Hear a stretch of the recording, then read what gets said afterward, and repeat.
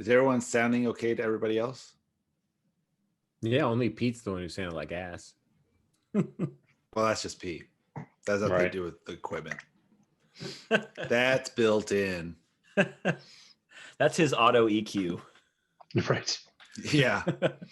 That's straight from the factory. Nothing you can do about it.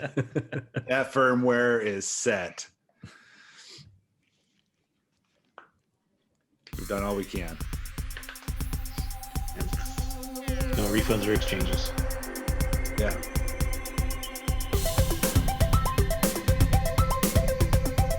All right, welcome to the All Pop No Culture podcast. As you can hear, I am Opie. I am back. I'm your host this week. I'm joined as always by Kevin. Hello. Alex. That's me. Pete. Good evening. And new addition, Dave. Yeah.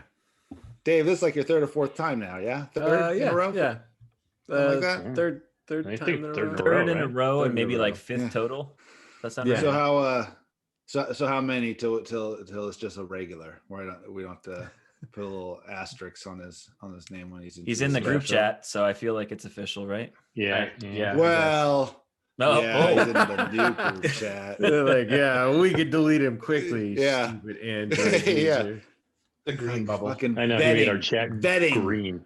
Yeah. Yeah, that should be the first question. What kind of phone you using? Yeah. Ooh. Yeah. All right. Well, we'll call you because we can't iMessage you. My teenage daughter's been kicked out of groups for that. She ended up going I back to believe getting it. an And- iPhone. She was an Android user for years and was like, I got to go back to iPhone. I'm being ostracized. I mean, you might as Get well it. have voted for Trump, to be honest. I mean, it's kind of the same thing. It's the same camp. All right. Well, thank you for downloading. Thank you for listening. If you've never heard this show before, we are a pop culture centered podcast that talks primarily about movies and television shows of, I don't know, pop culture significance. And this week, we are going to be talking about the announcements by the MCU and the offerings. Obviously last week was talked about with WandaVision, but what is to come and what we have to look forward to this year. And then we also, a few weeks ago, all were assigned a franchise of movies to watch. And through just a spinning wheel chance situation. And so tonight we all have had the opportunity to watch at least one of the movies from those franchises.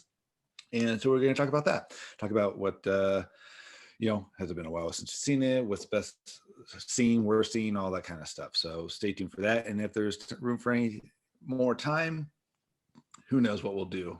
Chances are there won't be, because won't talk about anything I just said we're going to talk about, because we'll get off on some sort of tangent. Oh, we talked about DC. Yeah, exactly. It's too early. Don't start. So basically, if this turns into a DC conversation and a trivia show at the second half, that's also on par. So On brand. So this week, or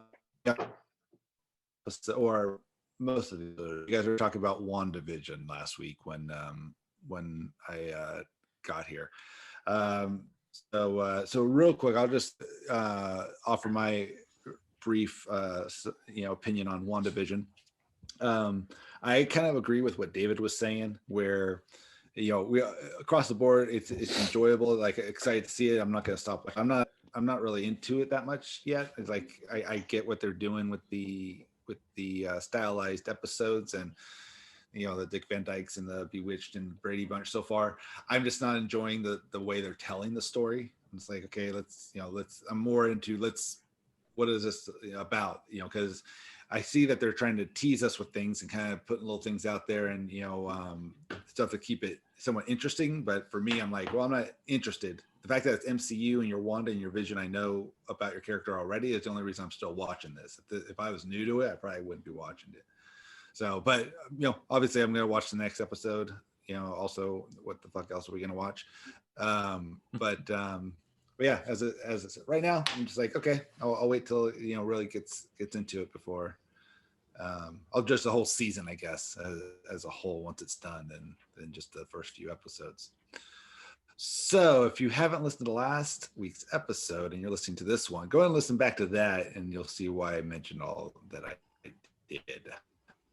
And if you don't, then okay, suit yourself.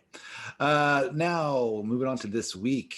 Who would like to start with? Well, actually, if we're talking about the MCU offerings, I honestly never pay attention to any of that stuff whenever they launch it. So some of it might be a mystery to me. The only thing I know that we're still waiting for is Black Widow.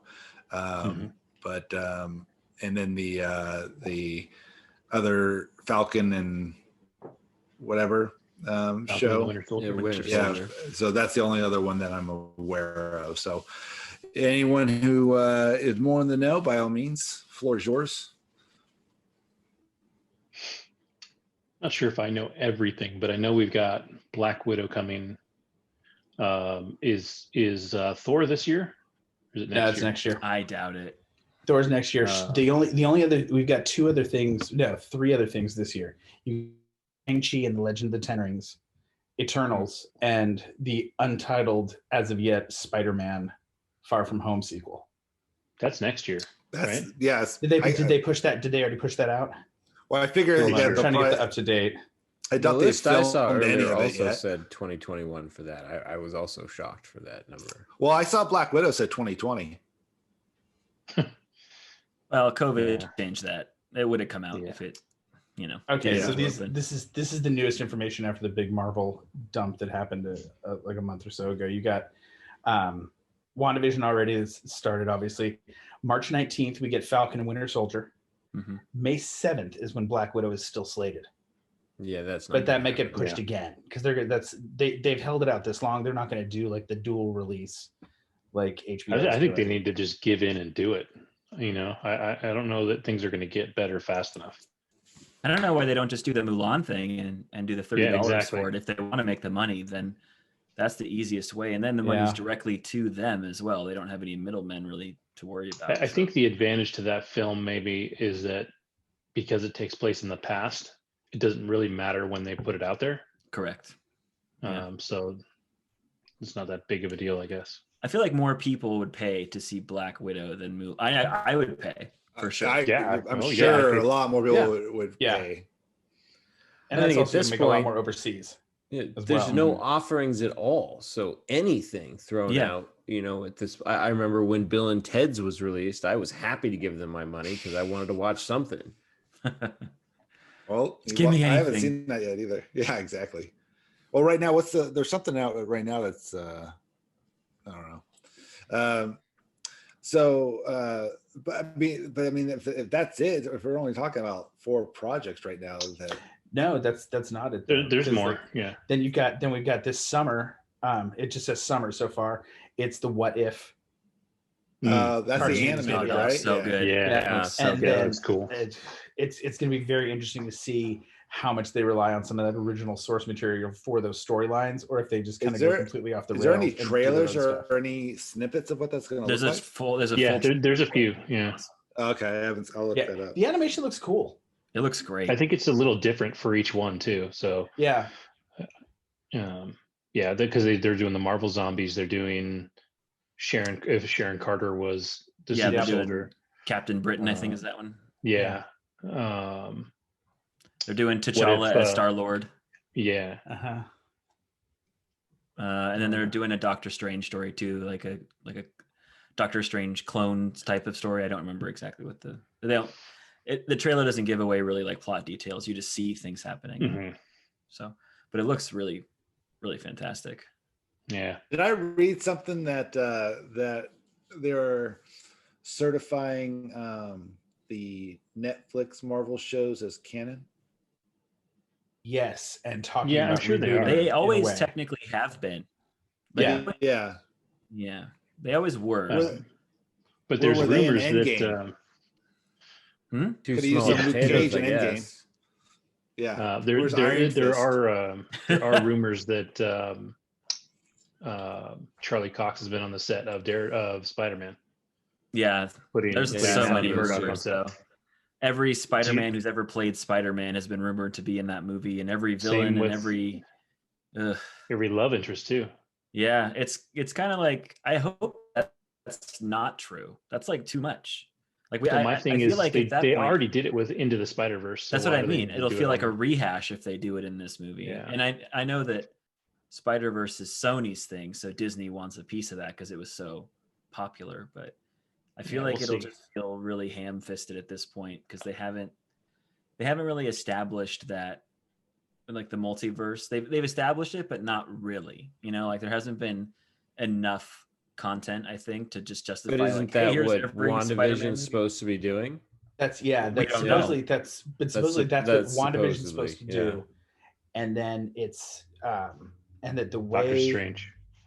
Doctor Strange, I know, has something too. Yeah, is that's actually March of 2022 that's scheduled to come out. which one's Doctor Strange? Doctor Strange, yeah. And then Thor is May of 2022, but we still have again Hawkeye, the Hawkeye series late this year. Oh, that's right. Oh, with okay, Haley cool, Steinfeld. Ms. Yeah. Marvel late this year, Yeah. and the Eternals basically for Thanksgiving, November 5th, and then still Spider-Man closes out the year. I don't Also, believe Spider-Man any is still- movie release date. Yeah, it's No, hard. Well, a not lot of at that's this TV. point. A lot of that is TV. Like yeah, the TV stuff I Hawkeye's firmly TV. believe. Hawkeye, Loki, Winter Soldier. What if? We're already doing Wanda. Yeah, what Oh, if? is Loki this year? It's supposed to be. Yeah, Okay, I didn't hear that. Loki. One. Yeah, I is think May. there's a bunch It's of the May of this TV year. stuff is this year. There's not Mhm. a lot of the Yeah. movie things. Yeah, I think it's kind of one kind of right after the other as far as the Yeah. TV stuff goes. Yeah, I think there's probably like a week or two break in between these shows, and then right into the next one. So And they're That's only cool, like though. 8 to 10 episodes each. it something seems like that. it. Although Loki apparently already has a second season set up. Yeah. Yeah. So I don't know if that's just because I don't know, but I'm excited. More Loki's always good. Yeah, yeah.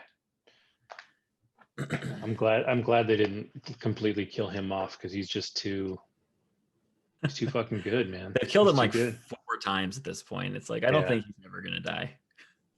Well, and he shouldn't. You know, I mean, No. I was a little disappointed they killed Odin when they did. Well, I mean, Anthony Hopkins is 850 years old, but the character himself really shouldn't be kick dying off. off. If he's I always thought it would have been cooler if he like stayed on Asgard to fight. What's his face? Not Hela, but the guy who smashes the planet at the end. Oh, the big guy. Big guy just had some sort of cool confrontation with him, but I sacrificed did see himself. something. I did see something confirmed today about the Eternals, and that apparently Thanos is going to have a scene in there. Yeah, Going to show up in the appearance. Eternals in some capacity. Yeah, So what is the Eternals like? it's a comic book by Marvel. Well, and like that's all the time we have beyond for that. tonight, folks. Yeah. Thanks so much for listening. Yeah. what does anyone know about the Eternals? Like I've seen. I don't the know shit cast. about I know the Eternals. Kumail Nanjiani Yeah, I is don't- all shredded. It's a cosmic Right, like- storyline. I know that much. Like, But it takes place. I think it takes place further in the past. oh, it does. I think so, or at least starts in the past and then catches up. Because they're literally eternal. Like they're the creators of the universe. I think on some level. Are they the ones I who could- created the Infinity Stones? I was gonna say, did they create the Infinity Stones? They may have, yeah, Hmm. yeah. But they, We'll see. yeah, the idea behind them is they've been around forever, and just kind of watching stuff and then having their own drama, obviously. And then, Of course. I don't know if Thanos kind of brings them into, makes them more observant as to what's going on everywhere. I don't know. But Mm. it'll be interesting. I really don't know much about him. I know a hair more about Shang-Chi than I do about the Eternals, but Well, not then, much. what do you know about Shang-Chi then? I've looked up some Eternal stuff, but Shang-Chi was my next question. I know nothing about that one either. Yeah, I mean that one is the story that we should have got after Iron Man. Well, because like, the 10 realistically, I know about that. That has to do with the Mandarin and Mhm. and Iron Man and like the group that he goes against. And they hinted at it in Iron Man 1. Yeah, in the first one. Um, Yeah. Yeah. but they didn't really ever do anything with it. So yeah, No, and then when they brought the Mandarin into Iron Man 3, it was a joke. Yeah, they threw it away. literally a joke. Yeah. Yeah, that was actually kind of a bummer because they had such a great Ben Kingsley cast and Didn't all they that, do a but- Didn't they do a short later where the real Mandarin finds out about that the Trevor guy, the actor who was portraying him, and he says he's like, Yeah, I feel like I saw I that feel like too. that's a thing. Like there's a It short. is. It's really cool. It happens in a prison, and like there's a huge fight scene. It's a really cool short. Yeah, I don't I remember do what not remember happens that. I don't think I've seen that. specifically. Yeah, It it's at the end of it's like the bonus scene of one of the movies, but I feel like it was a movie that felt like it wasn't related at all. So it might have been one of the Spider-Mans or something. well, there was a time, I think it was in phase 2 or maybe the beginning of 3, where they just released a bunch of standalone shorts. I thought. Is that what it was? Little stories. That's what I thought it was. It feels like 1,000 years ago at this point, so I might. be Right. totally It really wrong, does. But I do recall that vaguely, and I know I've seen it once. Yeah. The other like the real other little Mandarin. clips that were great were the ones with Thor and his roommate. Oh yeah, Oh, that was hella Those are fun. fucking hilarious. those were like joke promotional things for Ragnarok, but they were still just Yeah. amazing. Yeah. So it's called All Hail the King, and it was with Thor: Dark World. So Okay. it was behind that one. Okay. Gotcha. Oh, that's why we don't Probably remember. why I don't remember. I've only seen that movie like once or twice. Yeah, but I think you can find it if you search the internet, and you Yeah. don't have to watch it on not a very good movie.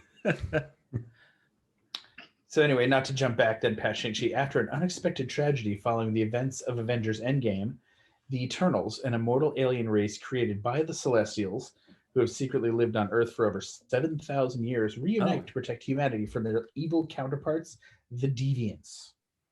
So they're living on The Earth, Deviants. and it's post Endgame. They're going Okay. after the gays. Right. I think I was getting them mixed up with the Celestials. I think that's who I was Yeah, describing. because we've seen a couple of Celestials in Yeah, the we sense saw of it. like Yeah. in Guardians got 1, there was Ego. like a flashback. Ego is one, and then The Collector is one. Nowhere is the head of yeah, that's right. Head of a Okay. Celestial. Yeah. Okay. And then Jeff Goldblum. That's the I place. forget his character's name from Ragnarok. Yeah. Is he an Celestial or an Eternal? Let me check think my he's a nerd Celestial. dictionary. Let's look. Yeah, I don't know. It doesn't really matter. No, it doesn't actually. Wouldn't it have to be a nerd encyclopedia? I don't know if a nerd dictionary would answer your question. True. Just a wiki. Dummy. Leaving. Idiot. I'm leaving. So do we have really anything more to talk about in terms of the MCU offerings and what's coming out? Anything? Well, none of us gave our opinions on the third episode of Wanda. If we want to talk about that, see if anyone's Okay. minds have changed from last week. Well, you kind of briefly touched on it and gave your overall thoughts, but Yeah. they did That- definitely. Yeah. And spoilers ahead, they did definitely clear up a few more things, like that lady wearing the sword logo Mhm. as their necklace, which we kind Yeah. of briefly talked about last week. And through sort of what happens at the end of the episode, unless something else happens, it seems like they're in sort of like a virtual simulation. Yeah. Because they Yeah, had I those almost pylons wonder- projecting that field, and then she got thrown through it, and she was still like in the outfit. So it's not like a mental thing. Like she's Yeah. physically in that outfit, and like maybe Wanda's manifesting certain things, but it seems like there's something physical and that they're stuck inside some sort of matrixy type place almost. Yeah, I almost wonder if she like cracked after Vision died, and like this is her like her therapy or her a way of keeping everybody safe from her. Could be. Exactly. Well, this could be obviously it happens, this could be in between Infinity War and Endgame. When she's in the Soul Uh, Stone. Yeah, because she's dead in between those. So Oh, that's right. we briefly No, talked about that. before this between Civil War and Infinity and, War. Infinity War probably. Because how That many makes years sense. pass? It's how many quite years a pass? few. Yeah. Yeah. So maybe this is a situation where they were, maybe this world's being created by Vision. Who knows? Maybe he's stuck in something. I think this has to be post Infinity War. There's been clues that he's dead. Like Yeah. she's had moments and looks in her eyes and said things in certain ways that she understands that he's dead. And when you I think especially in this show, there were times where it was fairly clear Vision is not Vision. He's not like she like jumps him backwards, or she there was shifts. I forget what it was. Yeah.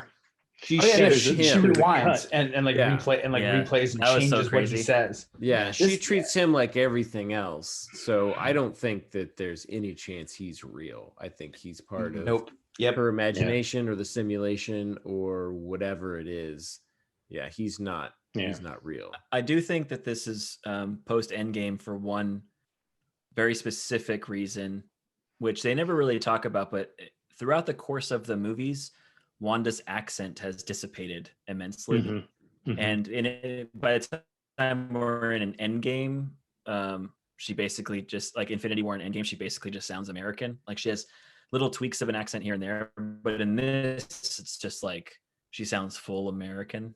Unless she's speaking her native tongue, which she did in the last episode. But like, that's another thing that I'm thinking like, this is when she's, and again, who knows, maybe that's part of the simulation too, but that kind of gives it away for me, but we'll see if that's true or not. Yeah. I feel like this is essentially now, Yeah, I think so. To set up whatever's next. Yeah. Yeah. Cause this is 3 of, is it 8 or 10 episodes? 9? Is it 9? I thought it was 8. I thought it was going to be 6, and then they bumped it to 8. I have no idea. Thanks for your input. I'm curious to see if they go back to the formula or how heavily they go back to the formula, because as soon as the baby's born, like they break, the tone shifts and it's no longer like that sitcom tone. From that point on to the end of the show, right? The laugh track disappears and everything. Everything disappears because it's her major first break with even the reality she knew. Forget the timing of the baby. She knew she couldn't have a baby with him. She she still, even in the sitcom, she still knows the truth about him and his existence and what he is. And so all of a sudden, I think that was her first break right there, where all of a sudden she's like, "Wait, the fuck is going on?" Like the baby was one thing, and that whole the baby thing was all brilliantly done. To me, I love the way they did the birth, like the couch, all of it. They still had that like. I actually love the stork scene. Thing. Oh, that was there were some solid, genuine laughs in this one. Like when the wife comes in and says, "Honey, do these earrings make me look fat?" And then the power goes out. He's like, "Oh, thank God." That was like, I was like the first honest laugh that show got out of me. Yeah, that was a good one.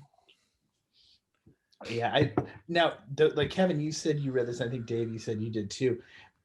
I've read or seen a couple of things online, like headlines about how House of M is going to relate to this, and how this is supposed to introduce mutants into the Marvel, cinematic universe, and that she is actually going to turn out to be a mutant, and that it's not going to have been this, the whole.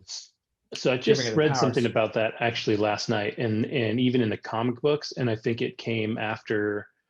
She was introduced in the MCU, but in the comic books, they've actually written her out of mutanthood. So she's actually not a mutant in the comic books. That doesn't Scarlet Witch? Yeah. By definition, it makes no sense.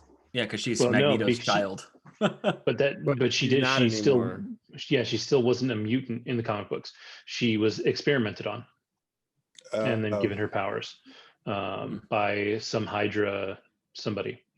And I'm sure that came out of the MCU her not being able to be a mutant in the MCU. Yeah, that's precisely it. They wanted to use that character, so they had to make her no longer a mutant. But I think they probably will shift her back to being a mutant, especially I mean that kind of power.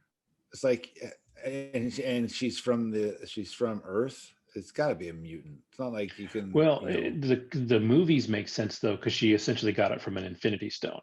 Right. just right? like I mean, Captain she was Marvel. so she was experimented on with Loki's scepter. Okay. So I mean, as far as the movies go, it does make sense for her to have the powers that she has without being a mutant, because that was the universe that we had. I wonder if some of the other people trapped in that simulation or whatever it is with her might be like mutants under surveillance, because it's heavily implied that a lot of her neighbors are sort of there almost against their will as well. Yeah, the whole conversation of the husband and wife, the Like black and Truman white Show. neighbors. Yeah. Mhm.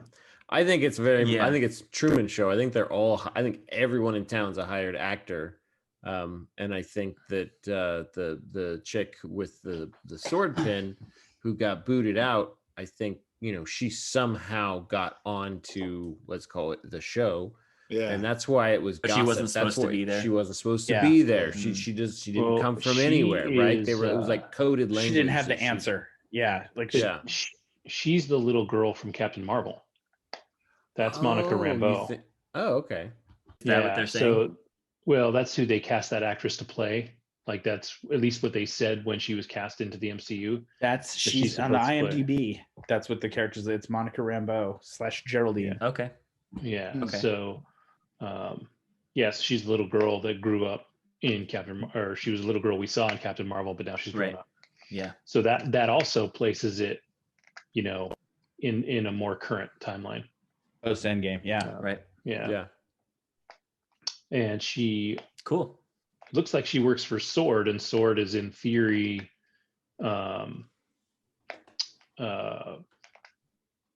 eye patch. Nick Fury's Nick Fury. Fury.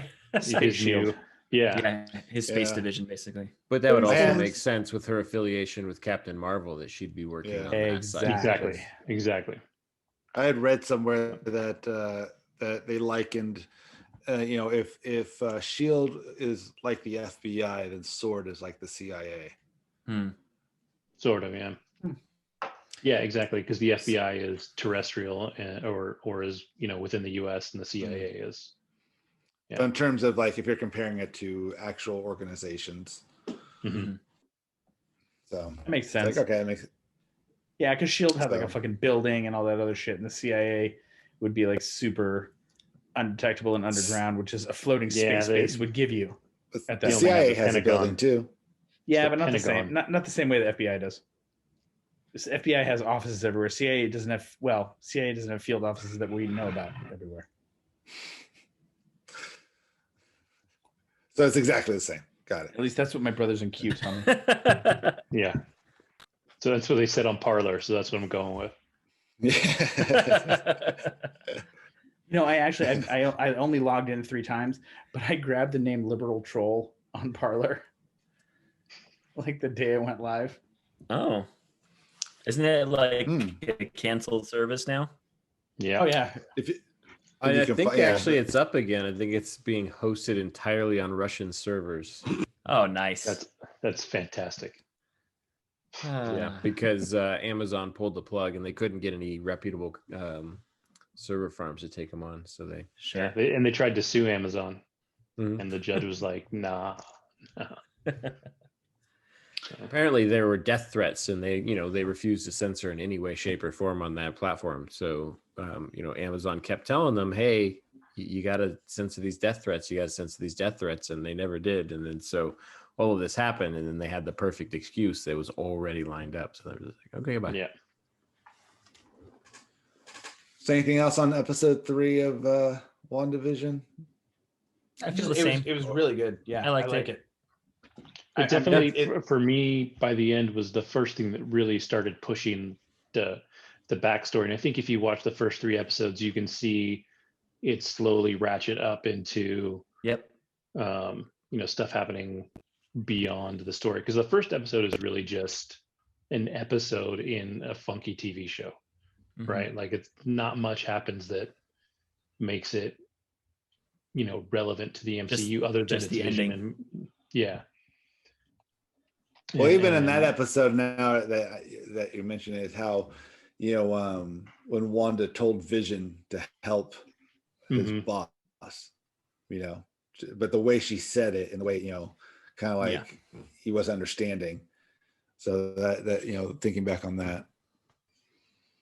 Yeah, I also think that's part of why they released the 2 episodes. Just started off was because that first episode was just so like old 50s TV show that they said, okay, we've got to release the second one with it that does start to expand a little bit more and show you that, yeah, there's more to this world than just this. Because if you went just off that first TV show, it's an interesting Marvel project, but it's not like it wouldn't have. Yeah, I would have been less interested in a second episode after just one episode and a week, Yeah. than I was with them going back to back. I think they would have been better suited to have released the first 3 episodes. I think I said that last time. Maybe. The third Maybe, episode yeah. because for me, if I wasn't doing this, I wouldn't have been super eager to watch that 3rd episode. I'd have gotten to it, but I wouldn't have been Right. eager to do so. But I'm eager to see episode 4 now. I thought Yeah. this was really intriguing. I want to know more. I think they gave me just enough to hook me, and not so much that I know what's coming. So I'm pretty excited at this point. Yeah. That is the one nice thing about being kind of in some ways more of a casual, is that I have no idea what's coming next. Well, At all. I don't feel like I do anyways. And like I said before, I've got the whole House of M run in my basement. I mean, I could go read it right now, but I still feel like even if I did, I wouldn't know where they're going with this.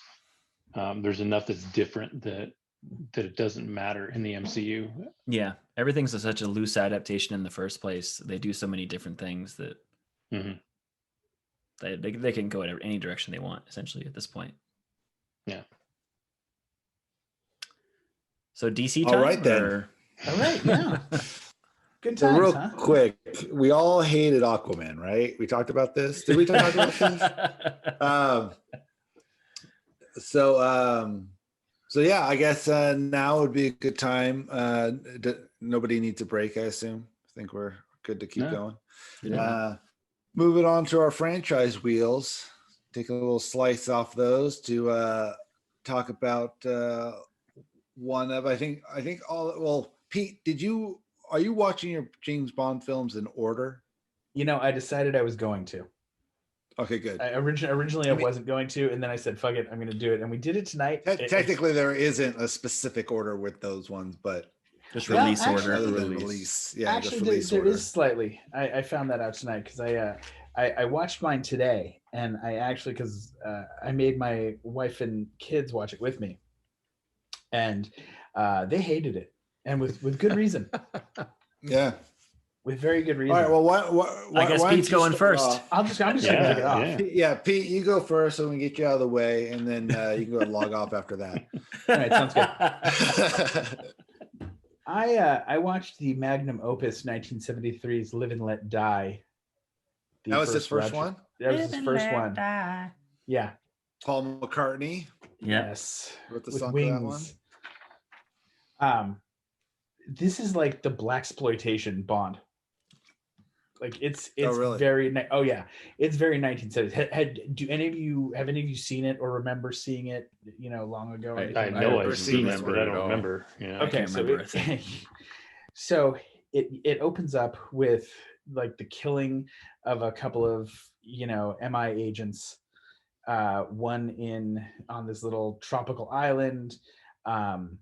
There's a guy dies under mysterious circumstances at the UN, while Yaphet Kotto, who plays I wrote this down, Kavanga. Are we supposed to know that name? Are we supposed to know who that is? Yeah, exactly. Yaphet Kotto. Yeah. Oh no, Yaphet Kotto. He was like the black guy on Barney Fish. He's an old, like, if you go back to the 70s, like hold on, you'd recognize Yaphet Kotto. He's a black dude. Sure, well, I feel like we're entering a rabbit hole Sure, we may well. never leave. yeah. You can tell me he's on The Wire. I'll be okay. Yaphet Kotto. Oh no, he was an alien. He was the black dude in Alien, Parker. Yeah, I mean, he's been in a ton of stuff, but it was all in the 80s. He really hasn't been in much lately. Anyway, so he's the main bad guy of the whole deal, and this all kind of focuses. Fuck you. This all kind of focuses around his dirty underhanded dealing, and it's just bad. Well, the way you're describing Okay. it, definitely. Yeah. No, it's like it's your Is typical it Bond is this affair. as painful as the synopsis? Yes, pretty much. No, I mean it's got all sorts of shit to do with voodoo, and it partly filmed in Jamaica. You know, the guy who plays Punjab in Annie, you know, Mhm. plays a major character in this. Although you don't really It plays understand. Punjab in Jamaica. No, he's Baron Samedi, who is the voodoo god of death. And He used to be the 7-Up spokesperson in the commercials. exactly. Remember back in the 80s? Yeah. 7-Up, the cola. He had that really deep voice, and he'd laugh.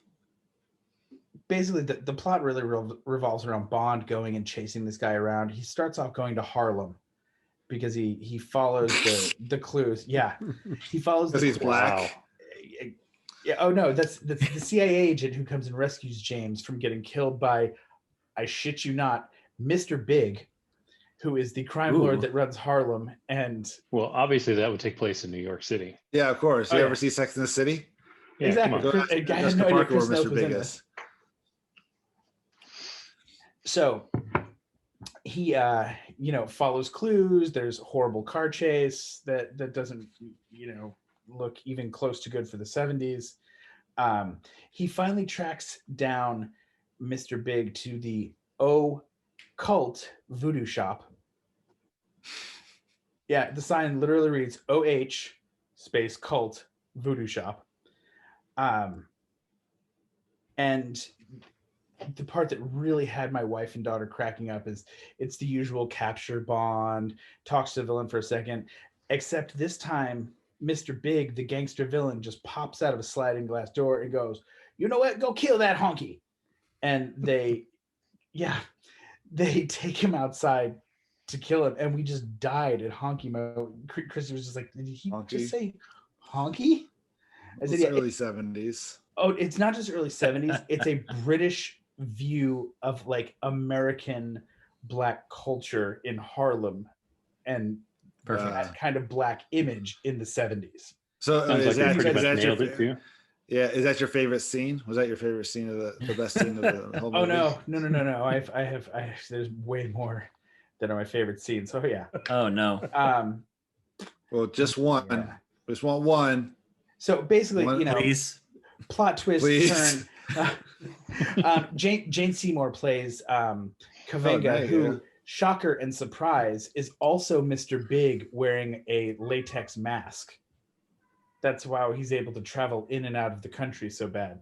And his whole plot is, ready for this one? He's Jane Wait, Seymour? Jane No, Seymour? I'll tell you. Wait, Jane Seymour is his assistant. I had to tell you that he changed his shape, or it doesn't make sense. Jane Seymour is his assistant who reads tarot cards and tells him the future. And that's how he decides what he's going to do with his criminal enterprise. And so that's how they know James is coming. James rescues her eventually, but his master plot, this is the most brilliant drug dealing ever. He's going to flood the market with 2 tons of super awesome heroin for free, so that junkies are just doing his free heroin, which will put the other drug dealers out of business because they won't be able to sell their heroin. And so then he'll be able to sell heroin to all the junkies in the United States. That's his master plan.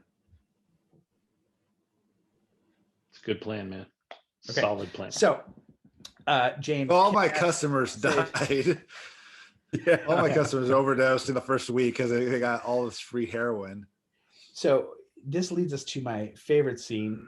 They eventually make their way from Jamaica to New Orleans.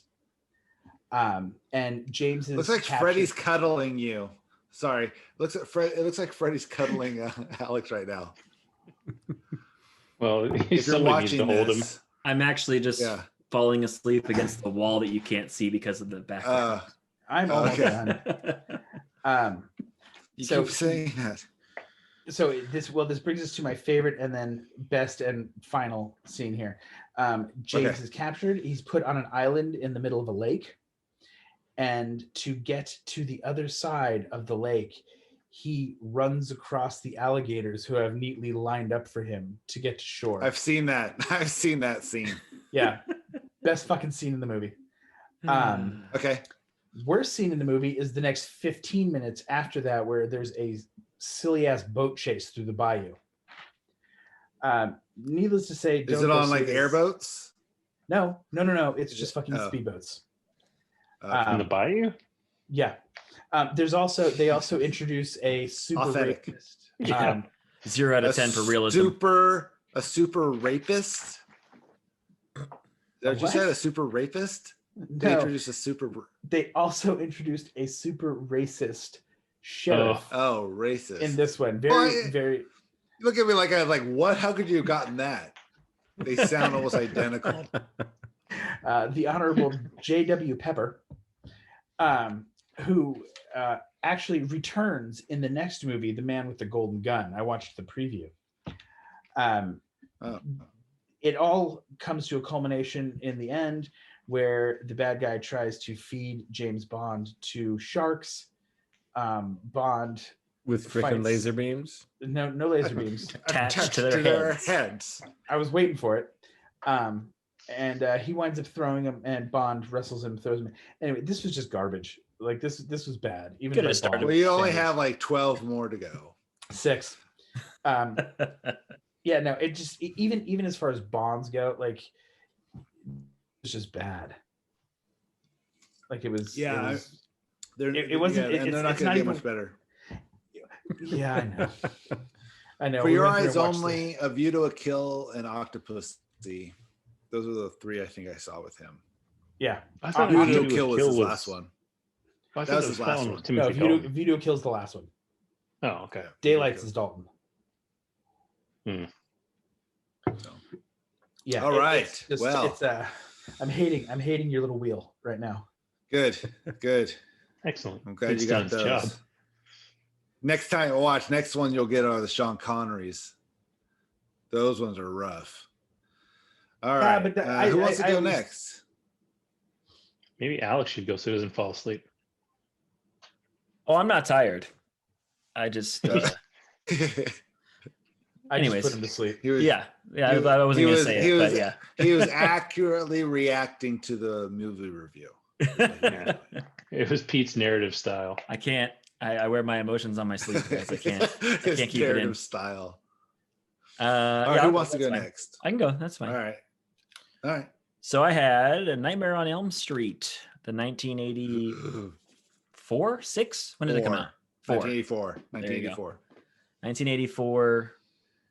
The first appearance horror classic. Freddy Krueger.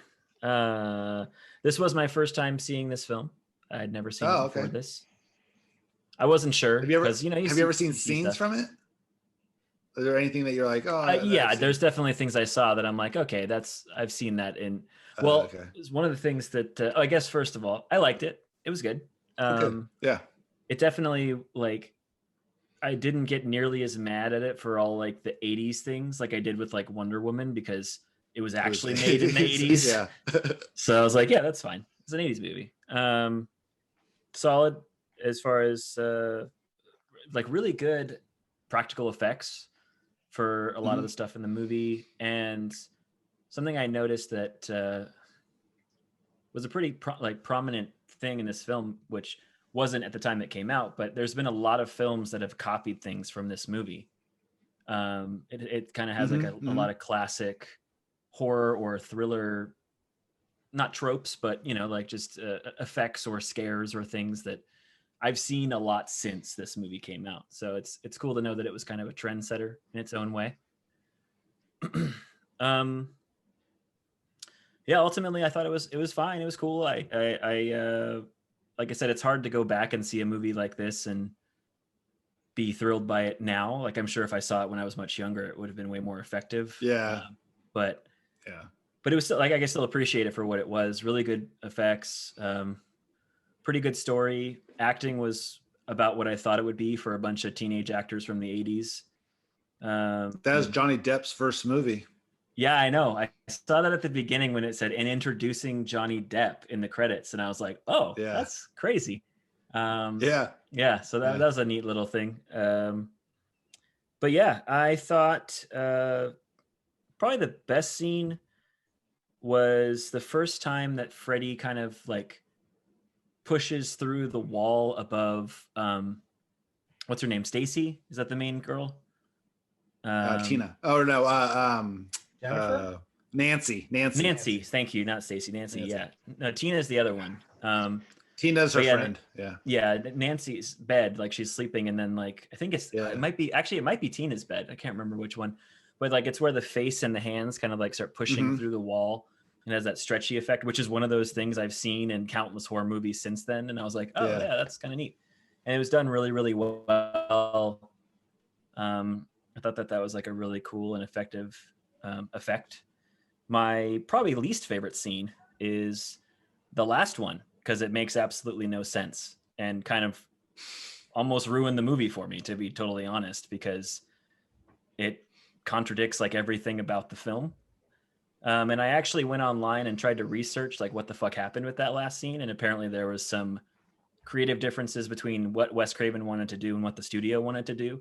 So it ended up with this scene that actually doesn't make sense in the realm of what scene specifically are you talking about?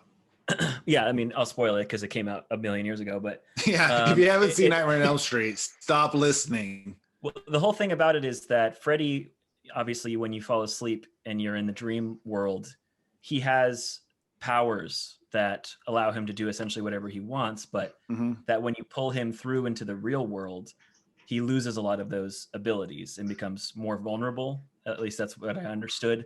And when I read online, that seemed to confirm that theory.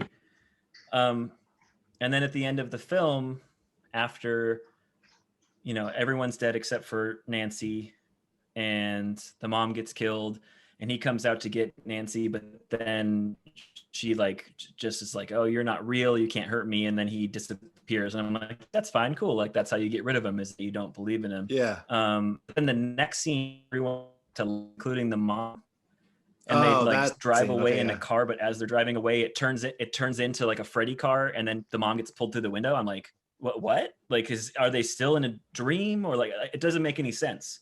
Like in the context of like the rules of Freddy and in the film itself, I was just like, what the fuck is this scene?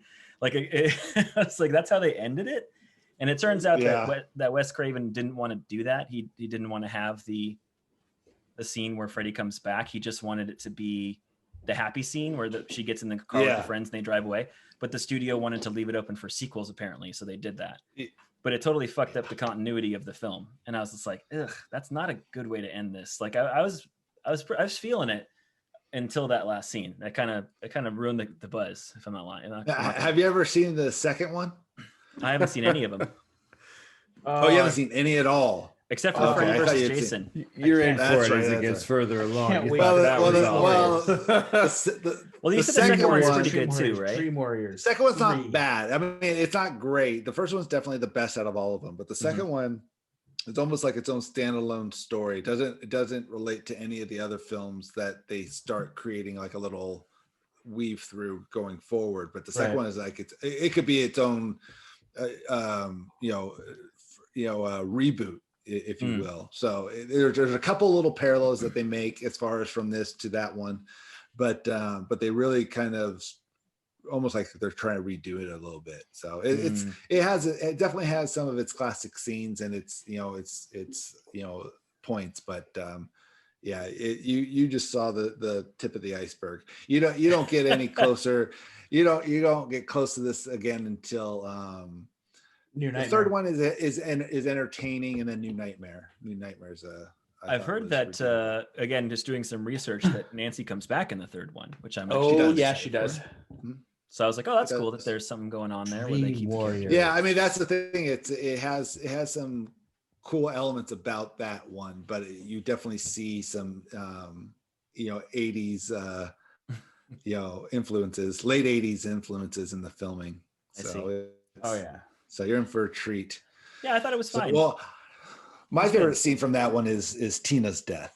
when Oh, that's pretty. It was pretty effective. Like just visually. Yeah. Just the way they did it, you know, how they had her going all around the walls and the ceiling, and just like, I'm like, that's pretty impressive, especially back then, you know. That's what that's what I meant. Like when I said the practical effects and things like that were all very impressive for the time.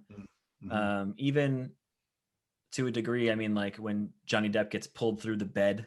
Yeah. I don't know his character's name. I'm just going to call him Johnny Depp. So like he gets pulled. That was a really cool scene. Or, what happened to the other guy? Oh yeah, the other guy just kind of got hung. So nothing really too crazy about that one. But the famous bathtub scene with the glove. That's one of the scenes I was like, oh, I've seen that in something. Like it's iconic. That was one of the things that I was like a little bit weirded out about, is that these people are like 15 and they're just like constantly doing it and naked. And I was like, I feel weird about this. Like she's in a bath and Tina was like banging in the beginning. That doesn't make it so less weird. I'm not going to lie. The remake with the picture behind you, it's obviously it's a very similar storyline because it's recreating it. Okay, I was wondering about that. They don't use a lot of the same scenes or setups, except for that one scene. They basically recreate the entire scene. Yeah, because it's such a classic, iconic thing that they've done. It was cool and it was effective. I just was weirded out that she was 15. I was just like, right. Yeah. Like I feel like I shouldn't watch. Freddie don't care. He likes them younger. He likes them. Well, yeah, he does, and you know his story is that he kills children, so it makes sense in the realm of the movie. I just, as a viewer, and as a 30-something-year-old man, I was just like, I shouldn't be looking at this. The remake really delves more into his past. Yeah, they have scenes of that, like before he dies.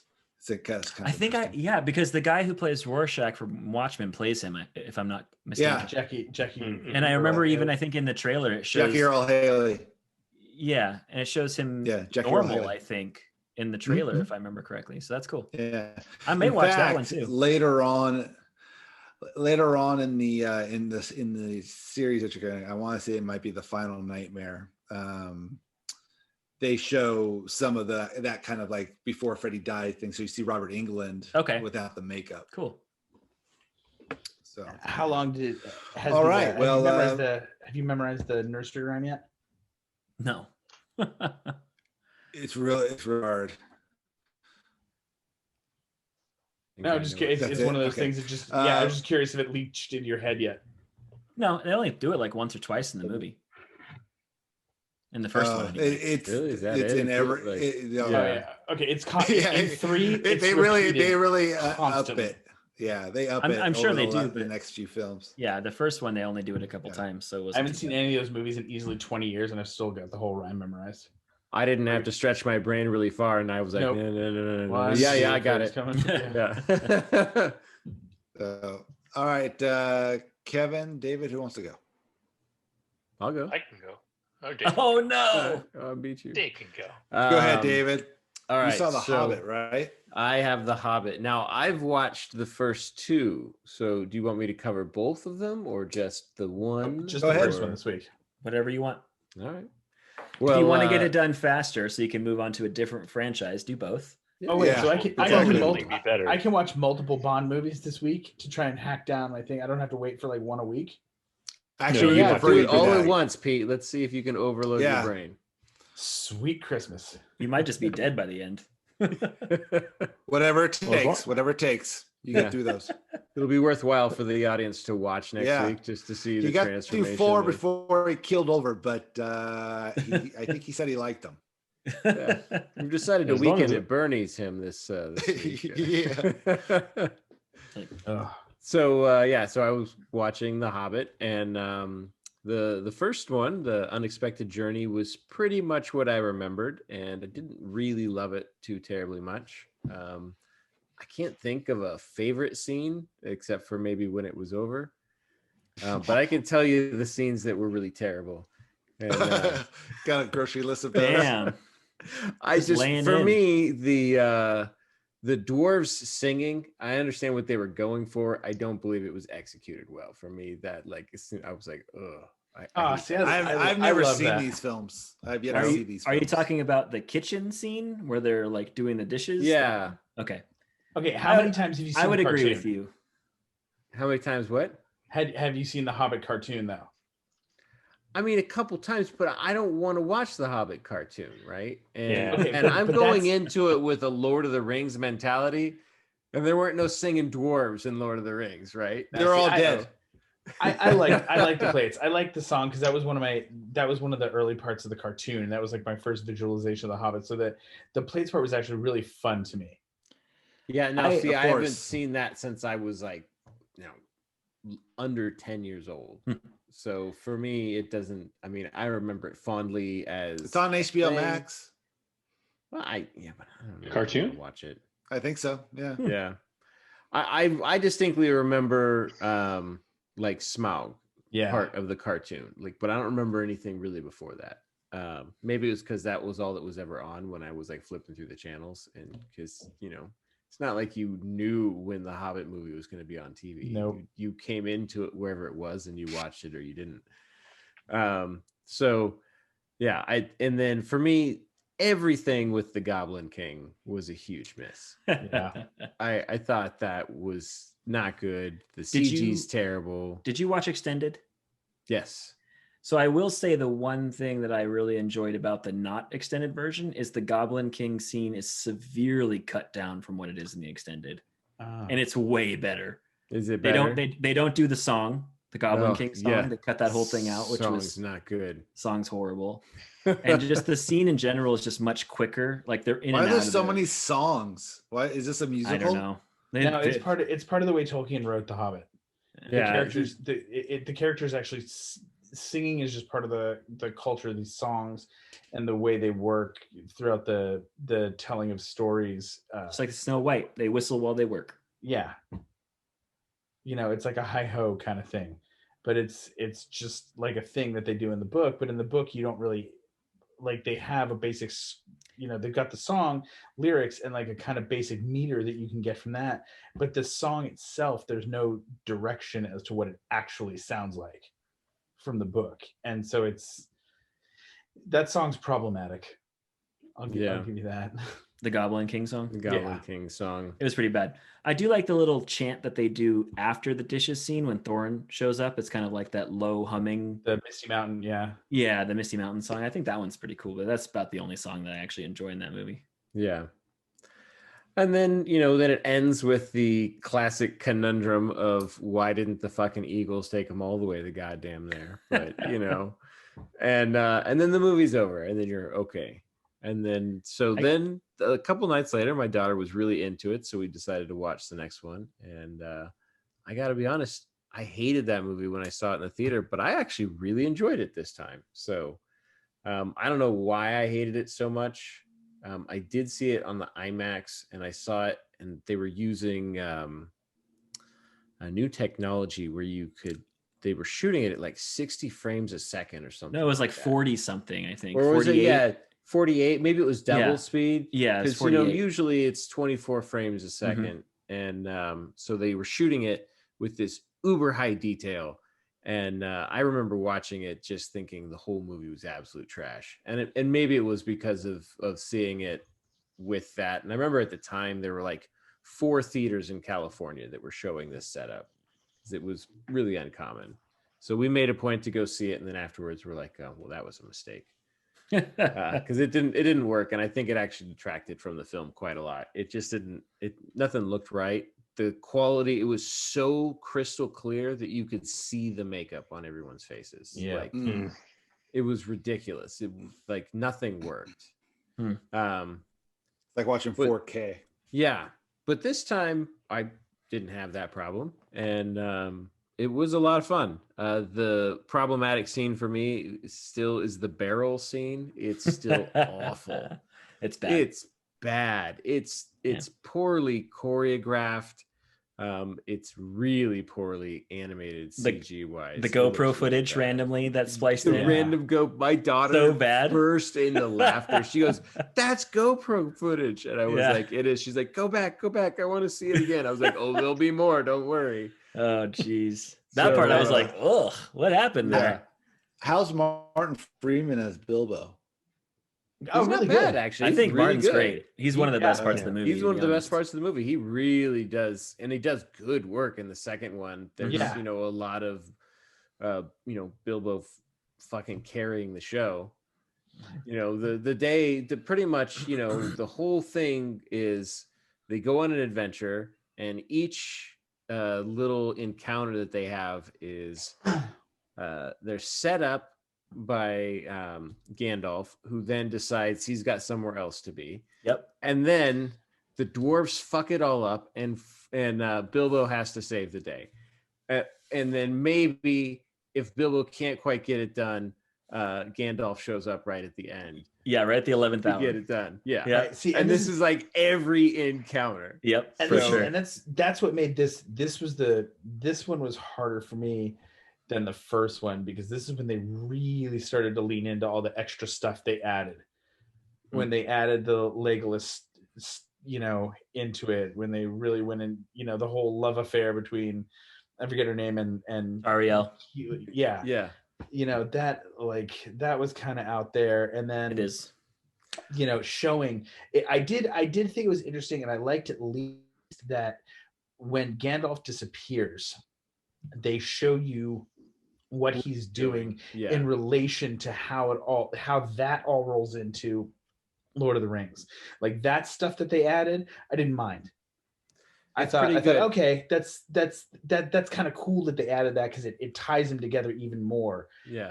But the one part about all of that I could really do without is the bird shit running down Radagast's head. Constantly. That's just too much. Like unnecessary. I get what they were going for, but it's too much. His character design is like way too on the nose. Yeah. Like they reel it back a little bit. Yeah. I'm surprised you didn't say that the first one, that your favorite scene was the Gollum cave, because I think that scene is absolutely fantastic. It's good. Yeah. I don't think it's absolutely fantastic. It's very good. It is one of the better scenes. It's a little long for me. But yes, it is. I mean, the whole movie's a little long. So by the time you get to that point, right, you're just like, okay, come on, just get the fucking ring from Gollum. He'll say precious and let's move on, right? And you're just like, so I think maybe that's what it was. I was a little fatigued with the film by the time we got there. But now that you say it, it is a very, very good scene. Martin Freeman's really good in that whole little exchange. Him and Andy he's Serkis. great. Oh yeah. Yeah. I think he's really great too later once you get to Smaug's cave and like all of that stuff. I thought was really, really good. And then 3, he gets really good in 3 when he starts doing the push and pull of the Arkenstone from so I've seen the first 2, but I've only seen maybe 30-40 minutes of the third one. So that one's going to be new for me. I'm actually pretty excited. We were supposed to watch it last night, but my daughter's friend who's been watching with us was not available. So we pushed it down the road so that she could join us. But it's been, I've thought this was going to be like a tough chore, but it's been actually kind of fun. Nice. Oh, just wait. Lucky All right. All right. Kevin, do you want to go? I can go. I can go. I had Pirates of the Caribbean, and I watched the first movie in halves. So the first time I started watching with my oldest son, and then the second half I knocked out tonight, just to finish it up. And I will say that I actually know that I enjoy the movie a lot. I've seen it a couple of times before. I fell asleep both times watching it, but I think that's just because I'm old and tired. Yeah. But I do actually really enjoy the movie. As far as like scenes that bother me, the scene that always like bothered me is weird because I think it is one of the most creative scenes in the movie. But I didn't quite like the way they did it. Is when they first introduced the fact that they're essentially all dead with what's her name's character, Keira Knightley. Keira Knightley. Yeah, Keira Knightley. So when they're on the ship and like they're walking into the moonlight and they're doing this whole thing and they're throwing her around, and it was just a little like, for the rest of the movie, like that scene was a little too corny for me. Yeah. So I that agree. that scene was specifically shot though. Remember when this came out? That was still during the big 3D craze. Well, I have a 3D TV. Like I love 3D. But it doesn't no, that's make what I'm it a saying. good This scene. came out. It was filmed for that. And so, because I saw like when it she 3D, shoots towards the camera and everything like that. yeah, like that scene, because that scene bugged me too. I thought like, oh, this looks like they're gonna add this to the ride. I say it looked like the ride is what it looked like. Yeah. Yeah, Mhm. but when you watched it in 3D in the theater, it actually kind of made sense. Yeah. That the only reason that scene doesn't bother me, because I agree it's a little campy and hokey, and she's Mhm. tripping and they're throwing her up on the blanket, and I'm like, Yeah. that's stupid. But the only reason that scene doesn't bother me is because the start of that scene and the end of that scene are so good. Like when Barbossa Mhm. first walks out into the moonlight and you see him, Yeah. he talks about ghost stories, and then at the end when he throws his alcohol at the door and just starts laughing, like that, those bookends for me kind of save that Yeah. scene. I think if they had shortened that scene and cut out some of the cheese, it would have been a really good scene. Yeah. Because what it introduces is really cool, and it was kind of showing off the special effects they had at the time too. Right. And that stuff worked. It was just the corniness of the scene itself. Mhm. And then I had a hard time pinning down a favorite scene, and I think most of that comes from being as tired as I was when I was rewatching them. But like I love Johnny Depp in that movie. Like I just, he was so fucking good in that character, and especially in the beginning of the franchise. And then anything with Barbossa too. Like he's yeah. just Fucking best, dude. I always think everybody always talks about Johnny Depp and Jack Sparrow, but I actually enjoy Jeffrey Rush and the Barbossa stuff almost more than the Jack Sparrow time, especially on a rewatch. Because on the rewatch, he gets like Jack Sparrow gets a little like Jim Carrey-ish to me, where it's just like way over the top, and it's like, okay, that was fun like the first couple times I've watched it, but now it's just bad. But Jeffrey Rush just keeps getting. I don't want to say you see something different every time. It's not like that, but it's like every time his lines hit, and you're like, oh yeah, it's perfect. Yeah, well, and they're great. two different characters, right? I mean, the thing about Jack Sparrow is that he is a neurotic character. You know, like he's a little hard to keep up with just because he's so fucking crazy, and that's kind of the intention of the character, right? Like everybody talks about how crazy he is, and nobody understands what he's doing until he does it. And so for that character, it works, and he does an amazing job creating this character, right? Yeah. But Jeffrey Rush is just a great actor, and not that Johnny Depp's not, but the character is more grounded and more level, so it's easier to follow him and kind of stick with him. But I'm really curious to see. Like, I don't remember any of the movies after the first one. I know I didn't see them all. The second one's good, but after that, the second one's not bad. Yeah, the second one is enjoyable. Then it really falls off a cliff. Yeah, absolutely. Yeah.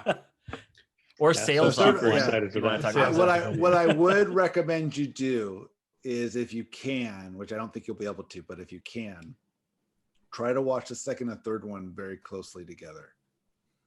Yeah, they're meant to be essentially like a pair. Yeah. Because it doesn't make the third one any better. It just makes the overall story easier to follow and at least find some enjoyment out of it. Yeah, or at least only give yourself a couple of days in between at the most. Like watch them as close together as humanly possible. Yeah, and then the fourth and the fifth ones are basically standalones with some relatable characters. And I'd say the last one was better than the one before it, in my opinion. But you know, there's some good things. Last one. They're both pretty bad. Number 4 was pretty terrible. I thought that one was pretty bad. I didn't care for that one. I do like Ian McShane. As Blackbeard. Ian McShane. As Blackbeard. I just like him in general. So but he plays, he plays the same character, but doesn't, there are some fun parts in those movies in my opinion, but yeah, nothing holds a candle to the first one. Nope. Right. No, the first one's the best. 2 of my very good friends are actually in the second and third films. They were members of Davy Jones's crew. So nice. they play the conjoined twin undead pirate on the boat. Nice. So, that's cool. It was really cool. Yeah, I got to hear all about what was going on while they were shooting down in the Caribbean. They basically got to live on a beach for 6 months, and it's That's fucking quite sweet. a lot of fun. Yeah, Right on. yeah, not a bad gig. Not at all. And to this All day, right. they still get checks in the mail for Davy royalties. Jones. Residuals? Nice. That's nice. I mean, they're not Riz. huge money, but you know, it's money's money. It's money for doing nothing. Yeah. Yeah, pretty much. All right. Well, I have the Terminator franchise, and of these, there are some I've not seen, but I did rewatch the first one last night, and I actually watched the first and second ones probably a few months ago. So it was still pretty fresh, but I thought, okay, I'm going to watch it again and try to just pay closer attention to certain things. And you really shouldn't do that when you're watching this film, because when you're really intent on watching what's going on, you're like, Jesus Christ, how the fuck did this get made? Ruins memories. So there's just so many problems with it. A couple of things that really bugged me, that always bugged me every time I watched this, was the first thing that didn't make sense to me is when Reese comes back, and again, if you haven't seen Terminator, go see it. But spoilers.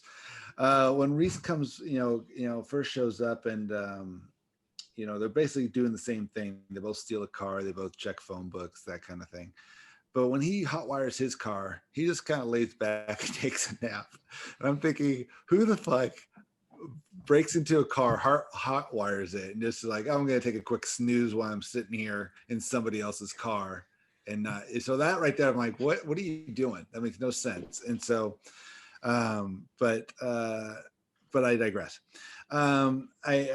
It's still a interesting storyline. I was trying to see if there's little clues I could pick out that would carry me into the next one, to see it's like little maybe Easter eggs I didn't notice the first time, but we'll see. I don't think so. There's only a couple. Yeah, it's always a fun watch. There's definitely some of those classic scenes that launches Schwarzenegger's career with some of his iconic one-liners and catchphrases and stuff. So what I didn't understand also too was during the big chase scene in the two cars in the parking garage, when the Terminator smashes into the wall, and then all the police show up and arrest Reese and Sarah, or at least Reese and take Sarah. Moments before, Reese was telling her that he doesn't stop. He doesn't. He won't stop until you're dead. Well, unless he crashes the car, apparently, because then he's got to book it. And because he doesn't want to get caught by the cops, I guess.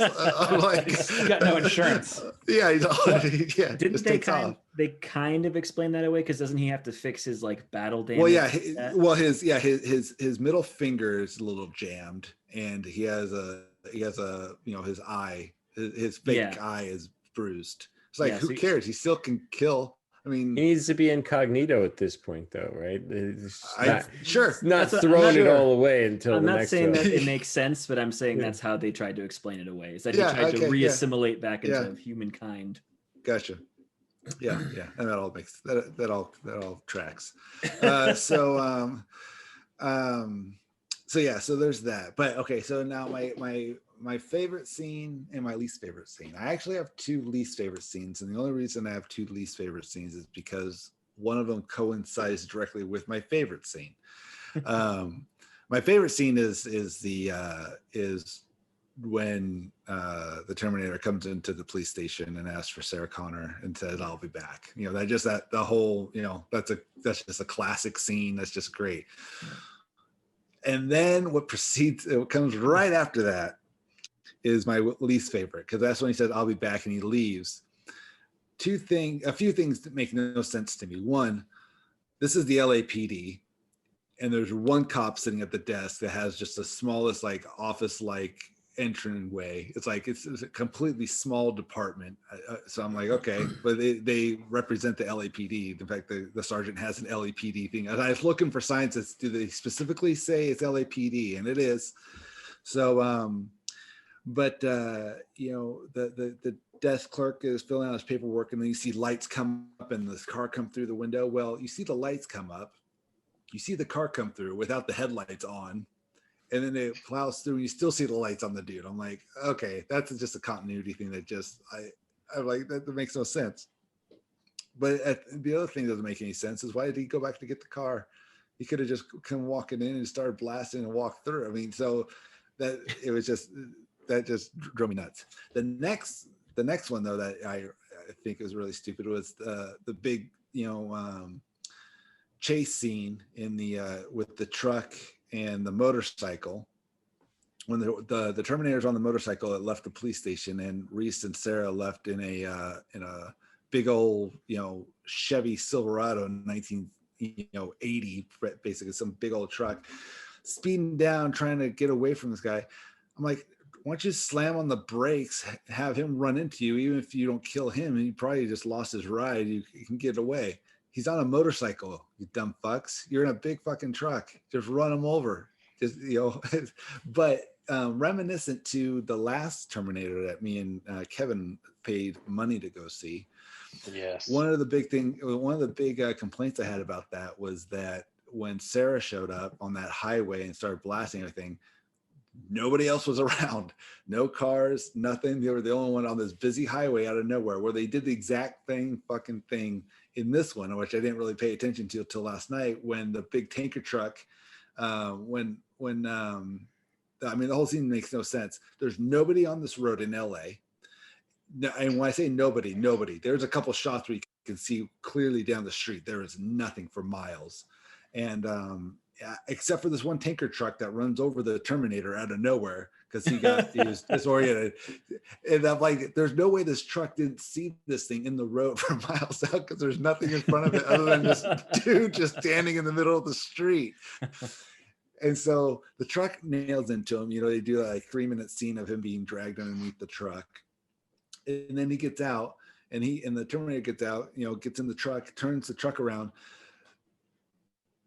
Sarah's truck had flipped over, but it's, again, the only car in the road anywhere. There's nobody else around. Nobody else is coming. It's just like that kind of thing just drove me nuts. I was like, come on, man. It's like, you can't have, there's no car. I mean, obviously, the Terminator just killed 30 cops at that police station, but there's no other cops anywhere else. There's nothing, nobody else is on the road.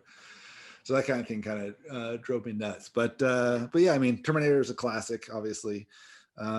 This one I know does get better on the next one.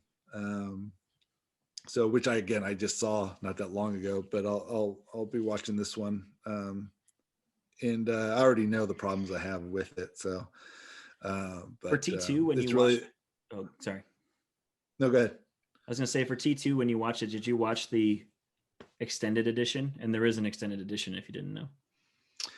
The last time I saw it, I don't know if I saw the extended edition. I have seen the extended edition. Okay. I just don't remember which version I watched last time. This time I will watch the extended edition. I think the scenes in the extended edition, even though some of them are kind of goofy, they actually add a lot of context to the film. And the extended edition has a ton of the explosion, like the nuclear bomb, like that whole segment where Sarah's looking at the kids on the playground and the whole flashback kind of thing. Isn't that that might be a little 3 or 4 minutes longer? I don't know if it's that much longer, but the thing that I was going to mention is the relationship building between John and the T-800 is expanded upon greatly in the extended edition. There's quite a few scenes where they have more one-on-one moments, and I think that it lends a lot to that Terminator's growth. You see him teaching them math and preparing for the SATs. It's really touching. Yeah, but I think the extended edition is actually really good, and I was going to recommend. I think I have that one, and I think the last time I watched it, I watched it on HBO or something. It was just on or Netflix, and I just had it. I decided to watch it, but no, I know what's coming after that. I've seen the third one, and in the Salvation and Genesis I have never seen, and I've seen Dark Fate. So I mean, I know once 2 is over, it's all, the party's over. So kind of like the same for Kevin that. And you and me. Pete never got a party. Yeah, Pete's just in the toilet the whole time. Yeah. But yeah, so their Terminator is just it's good, but so many problems with it. That's how I felt about Freddy. Just like, it's good, but there's just some things that I'm like, what? Oh yeah. I mean, that's the thing with this with the wheel of franchises. There are a few on there that are like oh, all the way through, it's great for the most part. But there's a lot of them that are just like, god awful, terrible. Do you have Jurassic Park on there? Yep. Okay. The Harry Potter Jurassic movies. Park on. I have Harry Potter on there. Godfather. Yep, I got the Godfather on there. Cool. The Charlie's Angels movies. There are 3 of those technically. There's 3 of them old now. ones and then the new one. Yeah, you should put that on there. That's not a franchise. That's not a franchise. I mean, I could put it on there, but it's not a franchise. I picked at least 3 movies in the series. It has to have 3. Yeah, and those in the reboot isn't part of the original. It's not. That's true. It's a complete fucking dumpster fire all by itself. You got the. Did you ever watch it? No, we saw the trailer, and that was more than enough. Yeah, that's what I thought. Remember who was in? Oh that? yeah, we talked Kristen about it. Stewart. Kristen Stewart and Jasmine and the other one. Yeah, that's how we described it. Kristen Stewart, Jasmine, and the other one. Yeah, I never saw it either. It looked terrible. Oh God, it looks so bad. Although I only ever up. saw the first Charlie's Angels. The second one, like, I think you couldn't pay me so enough bad to watch the second one. Full I think throttle. the remake popped up on HBO or something, and I was like, oh, you know what? Maybe I'll watch it just because it. I was like, maybe, and I just never did. Why? Like, I couldn't even. The only reason I would is to look was. at Kristen Stewart for extended amounts of time, but even that can't make me watch it. And Jasmine.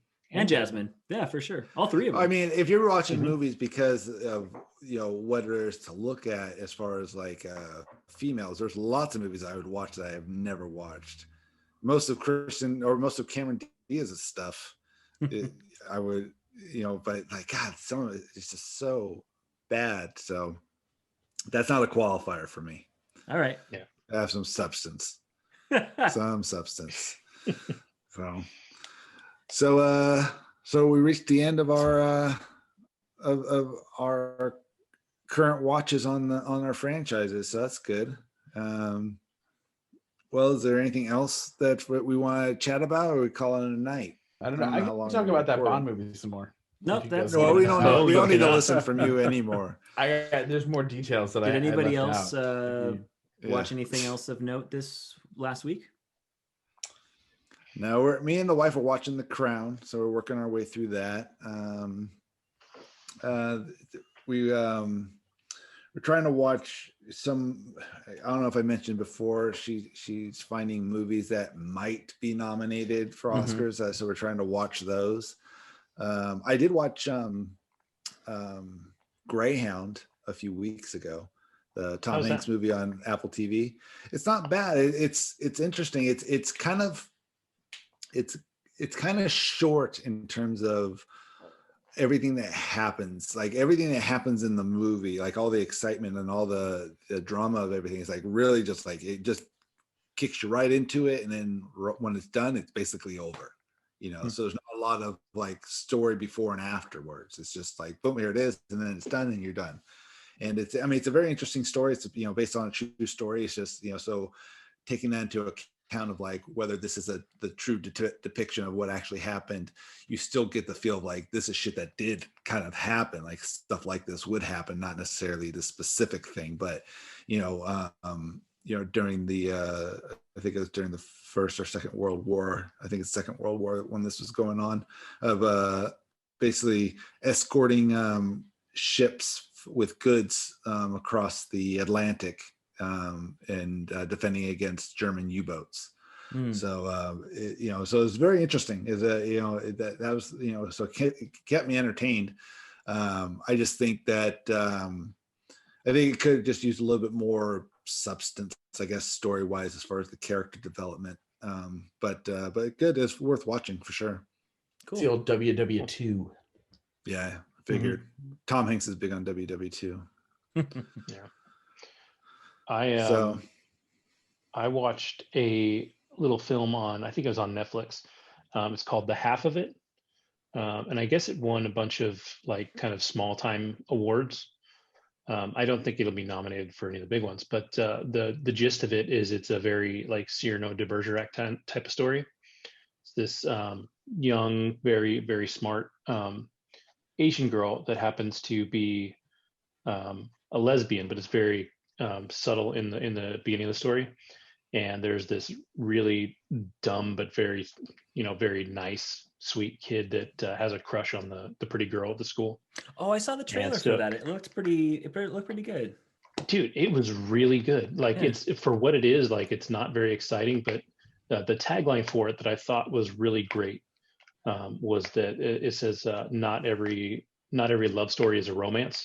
Yeah, that's right. So yeah, and what it's really about is how she the main girl is also kind of has a crush on this girl that the boy has a crush on, and he helps her, or she helps him write love notes to her, and it's all about that relationship. But what it's really about is how close these two become, and like how much he cares for her when nobody else has. And it's just really good.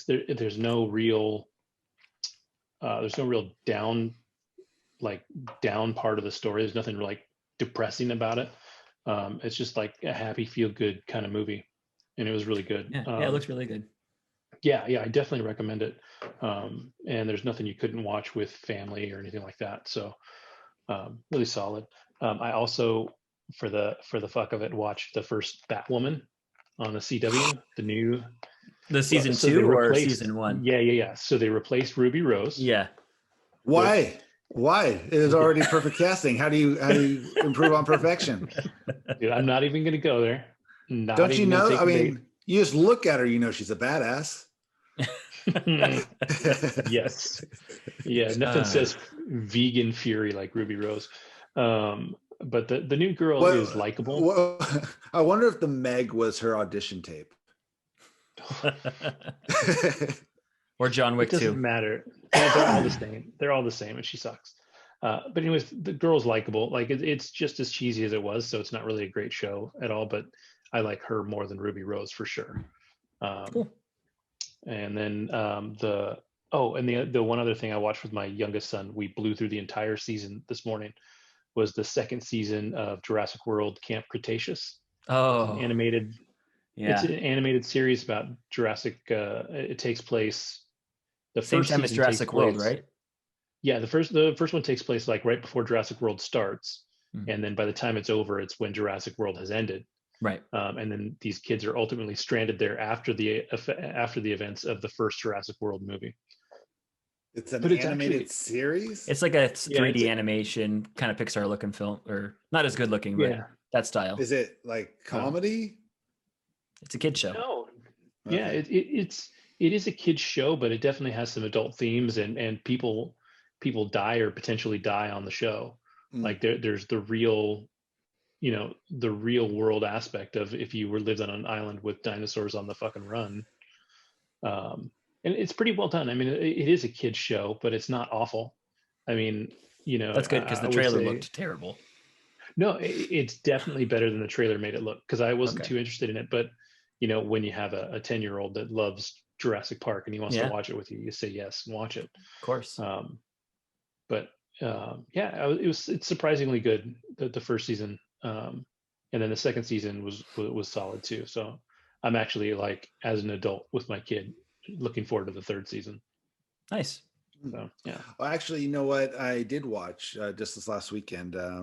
Alex, you may be interested only because it has your favorite actor in it.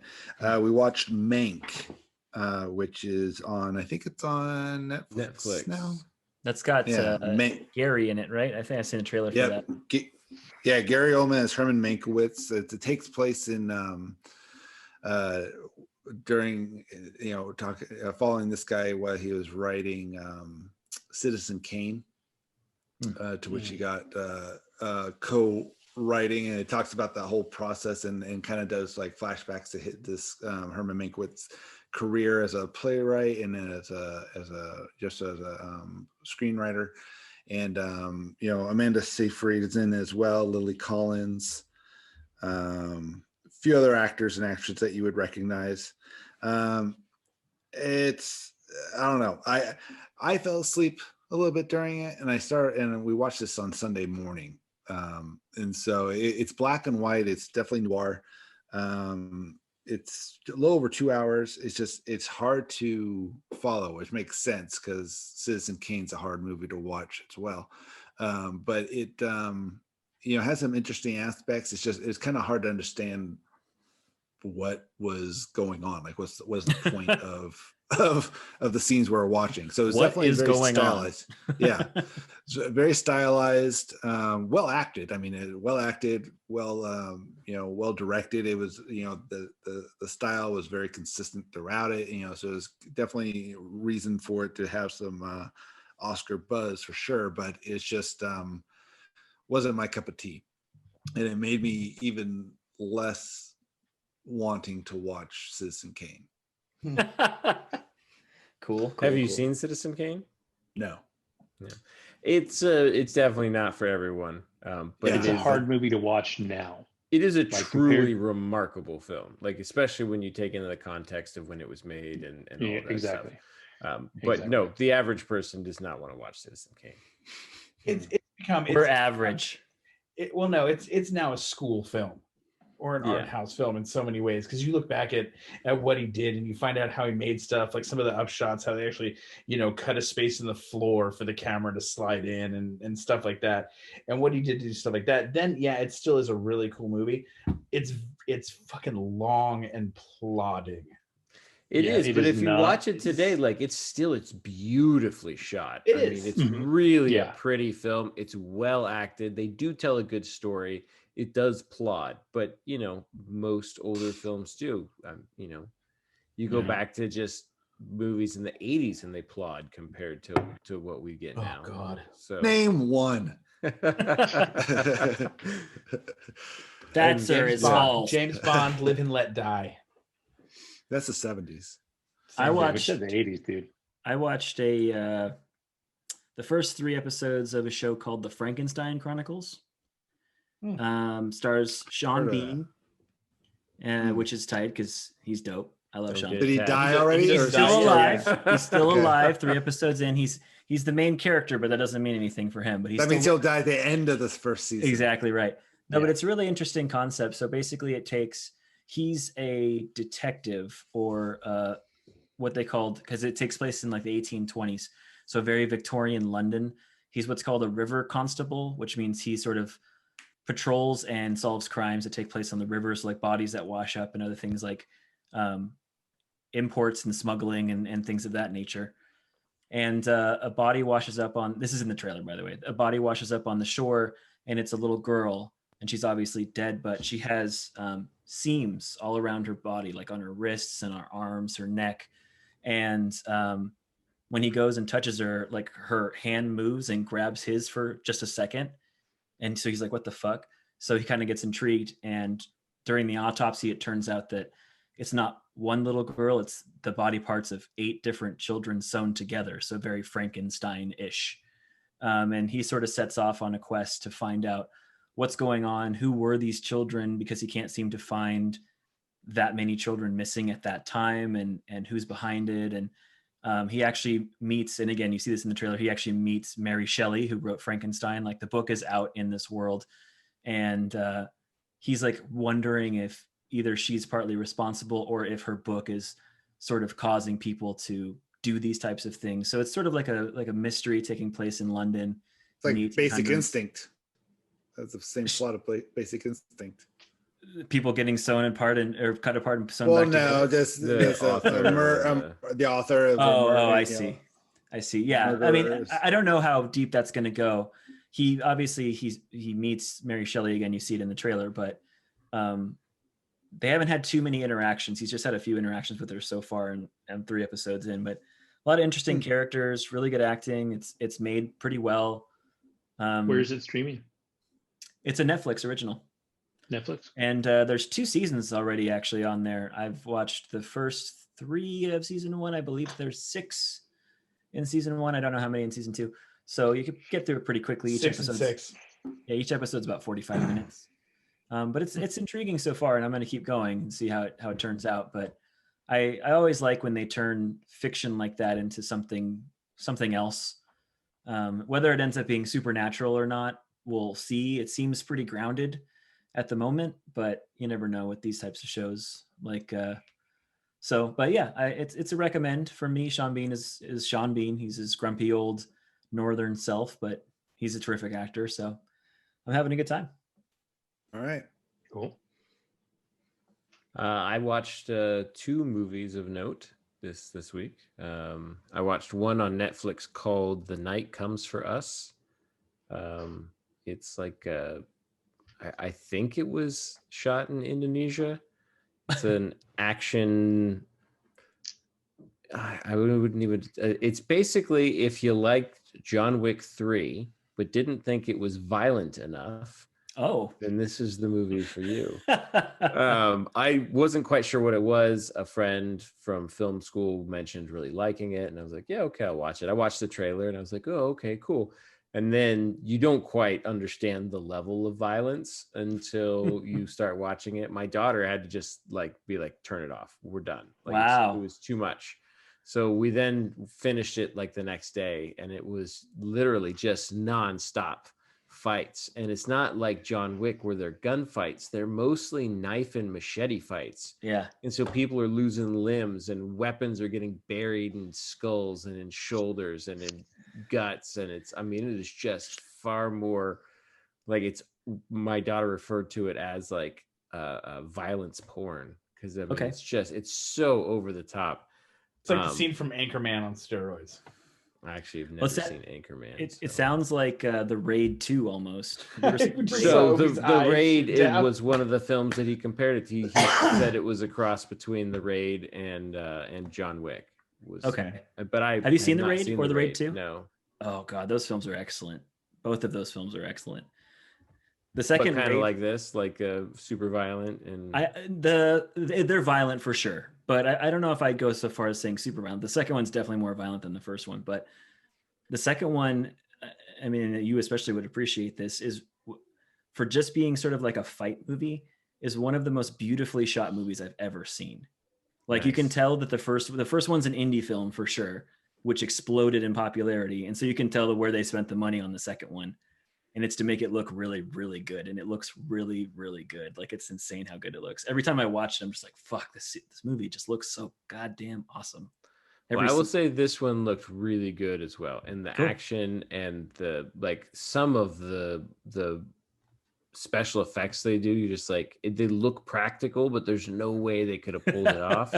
You're not quite sure how they did it. If it's CG, it's super clean. You can't even begin to pick it up. It's really, really well done in that way. And the choreography and the action, top notch. Cool. It wasn't quite what I was expecting. I did enjoy it. I don't think I'd watch it again. But it's not necessarily, like I said, something I would pick up normally. I just kind of stumbled into it. But if that's the kind of movie you like, it's damn worth watching. I do like that kind of movie. What is it called? The Night Will Come? Night Comes for Us. Night Comes for Us. Yeah. What's the second movie you saw? The second movie I saw is an older one. It's been out for a while. The Brothers Bloom. I had not seen it. I don't know if any of you guys ever saw it. Never heard of it. It was a Ryan Johnson film, and I'm actually a fan of his, and I had never heard of it.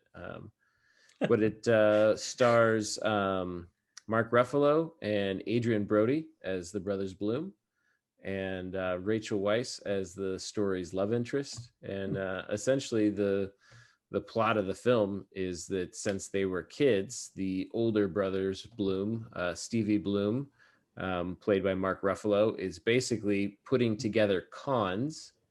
And really the purpose of each and every con that he puts together is to find his brother love. But his brother doesn't know that because his brother's a shy kid. And so he always casts his brother in the role of the one who falls in love, and his brother always just treats it as a role and never falls in love. So that's kind of the plot of the movie, and it was remarkably good. It's got kind of a light whimsical tone to it, but it's essentially like a caper movie, but a little more lighthearted and a little more focused on getting Adrian Brody laid. What So- else is there? So yeah, it was good. I liked it. All Cool. right. Cool. Well, I think with that, then we'll call it a night. Sounds good.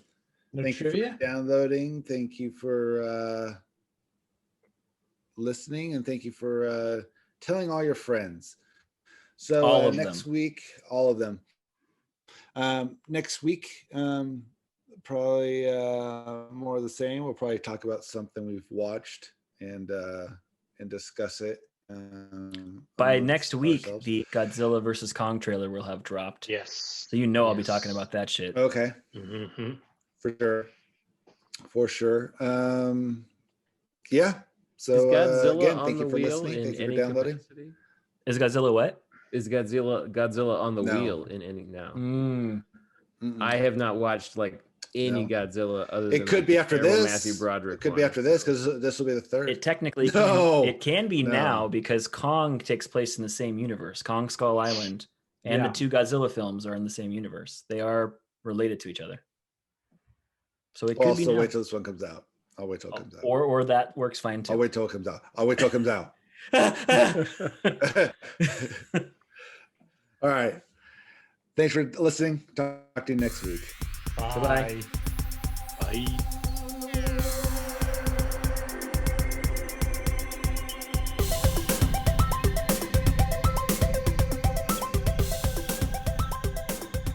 All right. Has anyone played Cyberpunk yet? Nope. I have completed it. You've completed it. Mhm. What did you think?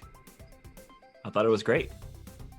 I've got it. I just started playing it this week, and it's been okay, but it hasn't like grabbed me yet. So I'm just kind of waiting for it to get there. Although it feels like it's got an absolute steep learning curve. There's a lot going on for sure. There's a lot of systems kind of behind the scenes with your different skills and your different skill trees and the way you can essentially create your character. Really, if you just want to go guns blazing and just blow everything up, that totally works. If you don't want to think about that too much, like you can just do that and that's fine. But the story is really good, like all the way through. I thought like the main story, like the way it's told and the characters you interact with, even Keanu for his deadpan ass acting, like it kind of works for the character that he is, because he's like essentially like a stoner rock band activist, and I was like, yeah, his personality kind of just seems like that, so that works for me. He's still Keanu, but it did the trick. All the other characters are great though, all the other side characters, and I feel like all everything Keanu ever plays is Keanu, just like variations on Yeah. a theme. Like he's never really drifting sure. very far. Yeah, he always plays a are, bad are actor. you